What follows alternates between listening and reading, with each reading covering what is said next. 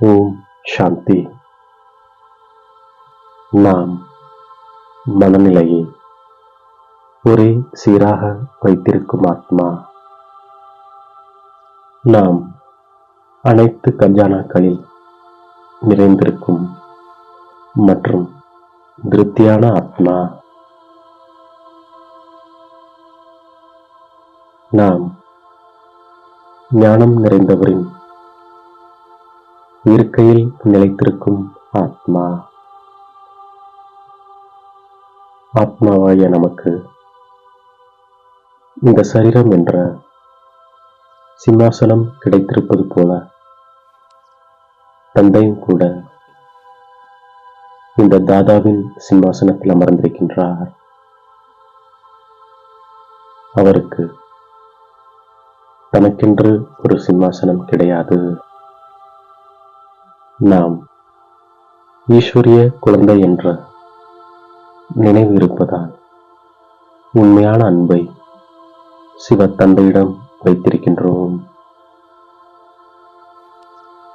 ஈஸ்வரிய குழந்தைகளாகிய நாம் ஒருபோதும் சண்டை சச்சரவுகளில் ஈடுபடாமல் இருக்கின்றோம். மேலும் நாம் கெட்ட பார்வை இல்லாமல் இருக்கின்றோம். சகோதர சகோதரி ஆகிவிட்டதால் அழுக்கான பார்வை செலுத்த முடியாது.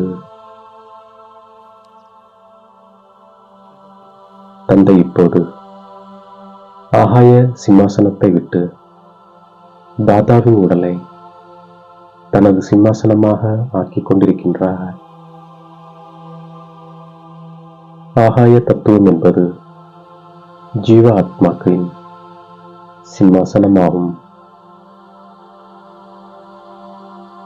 ஆத்மாக்களின் சிம்மாசனம் அந்த மகா தத்துவமாகும். ஆத்மாவை தெய்வீக பார்வை இல்லாமல் பார்க்க முடியாது. இப்போது தந்தை சிம்மாசனத்தை விட்டுவிட்டார்.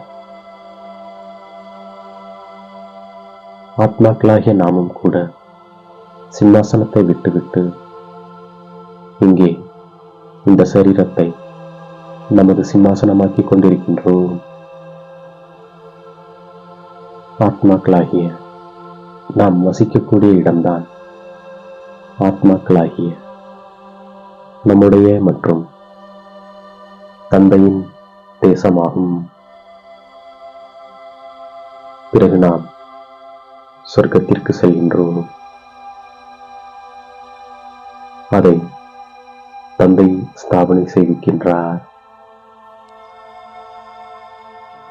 தந்தை அந்த சொர்க்கத்திற்கு வருவது கிடையாது. அனைவரின் தந்தை ஒருவர்தான். நாம் இச்சமயம் ஈஸ்வரிய குழந்தைகளாக இருக்கின்றோம். இப்போது நமக்கு ஒரு தந்தையை தவிர வேறு யாருடைய நினைவும் கிடையாது. அனைவரையும் விட ஒரு தந்தையிடம் மட்டுமே நமக்கு அன்பு இருக்கின்றது. நாம் இப்போது சிவாலயத்திற்கு செல்ல வேண்டும். சிவத்தந்தை சொர்க்கத்தை ஸ்தாபனை செய்து கொண்டிருக்கின்றார். இந்த ராவண ராஜ்யத்தில் காமச்சிதையில் அமர்ந்து எரிந்து போயிருந்த குழந்தைகளின் மீது தந்தை வந்து மீண்டும் ஞானத்தின் மழை பொழிகின்றார். இப்போது மீண்டும் நம்மீது ஞானமழை பொழிகின்றது. இதன் மூலம் நாம் உலகின் எஜமானராகி விடுகின்றோம். நாம் இல்லற விஷயங்களில் இருந்தாலும் உள்ளுக்குள் மிகவும் குஷியாக இருக்கின்றோம். அனைவரையும் விட அதிகமாக ஆரம்பத்திலிருந்து நாம் தான் பக்தி செய்து வந்தோம். பிறகு நம்மைதான் தந்தை சொர்க்கத்திற்கு முதலாக அனுப்பி வைக்கின்றார். இது மிகவும் அதிசயமான நாடகமாகும். நாம் இப்போது மிகவும் இரக்க மனமுள்ளவர்களாக ஆகின்றோம். நம் மீது நாம் இரக்கம் காட்டுகின்றோம். நாம் தந்தையை நினைவு செய்து தூய்மையற்றவரிலிருந்து தூய்மையானவராக ஆகின்றோம். பிராமணர்களாகிய நாம் ஈஸ்வரிய குழந்தைகள். ஈஸ்வரன் நம்மை தத்தெடுத்துக் கொண்டுள்ளார். இப்போது நாம் மனிதரிலிருந்து தேவதையாக ஆகின்றோம். இப்போது நாம் பரிஸ்தா ஆகிக் கொண்டிருக்கின்றோம். இப்போது இது சங்கமயுகம். நாம் பிராமணியராக இருக்கின்றோம். அன்னப்பறவைகளாகிய நாம் ஈஸ்வரிய குழந்தைகள். அனைவரையும் தூய்மைப்படுத்துவதே நம்முடைய தொழிலாகும். நாம் உலகை சொர்க்கமாக்குபவர்கள். நாம் இப்போது இனிமையான அமைதியான வீட்டிற்கு செல்ல வேண்டும். சிவ பகவான் பதித்த பாவனர், விடுவிப்பவர், வழிகாட்டி ஆவார். நாம் பாண்டவ சேனையாக இருக்கின்றோம். இப்போது நாம் ஆத்ம அபிமானியாக ஆகியிருக்கின்றோம். இப்போது நாம் திரும்பி செல்ல வேண்டும். நம்முடைய அனைத்து நாட்களும் அதிர்ஷ்டமாகும். நாம் எப்போதுமே அதிர்ஷ்டமிக்கவர்கள் ஆகின்றோம். நமக்கு இப்போது விருட்சபதி படிப்பிக்கின்றார். நமக்கு விருட்சபதியின் தசை பிறவிகளாக நடக்கின்றது.